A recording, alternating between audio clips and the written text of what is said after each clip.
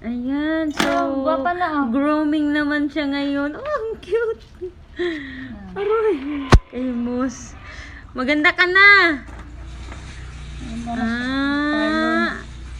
Pwede ka na pala Ako ang background.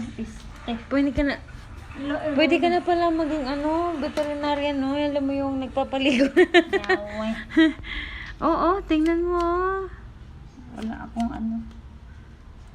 Nakakatakot kaya mag-grooming. Oy, kala mo hindi nangangagat yung mga aso? Grooming naman na. Siyempre may hurim-hurim yan. Saan? Hurim-hurim. No, relax na relax ah. Wala naman siyang angal, oh.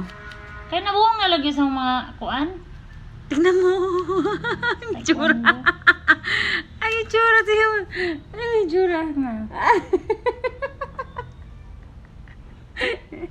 Wala siyang angal, ah. Bait-bait na. Relax, ligid pa. Ujun pa. Tingnan mo, ujun pa. Ba?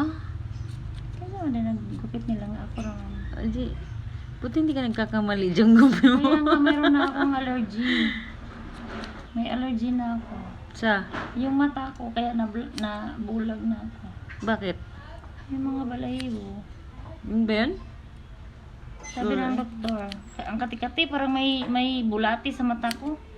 Sabi niya, naggupit, ka ba ng aso? May aso sa inyo? May Oo, dok, ako tigagupit. Oo.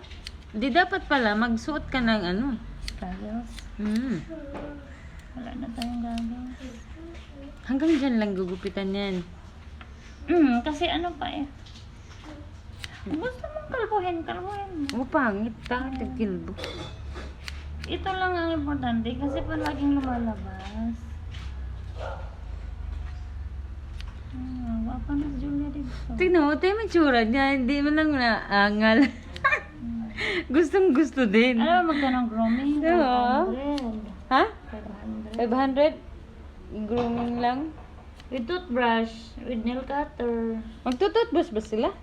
Paano? Toothbrush na. Toothbrush na. Hindi na, antok-antok pa siya, oh. Sarap na sarap siya sa feeling niya dyan, oh. Abo. Guwapa na ko. Wala na ko yung muta. Ang cute kaya. Alagaan. Oh! Ikaw na ka? Okay, so yan na siya. Maganda na. See you next time, guys. Mamaya, pagkatapos ka naggagala sila, pakita ko sa inyo. Bye!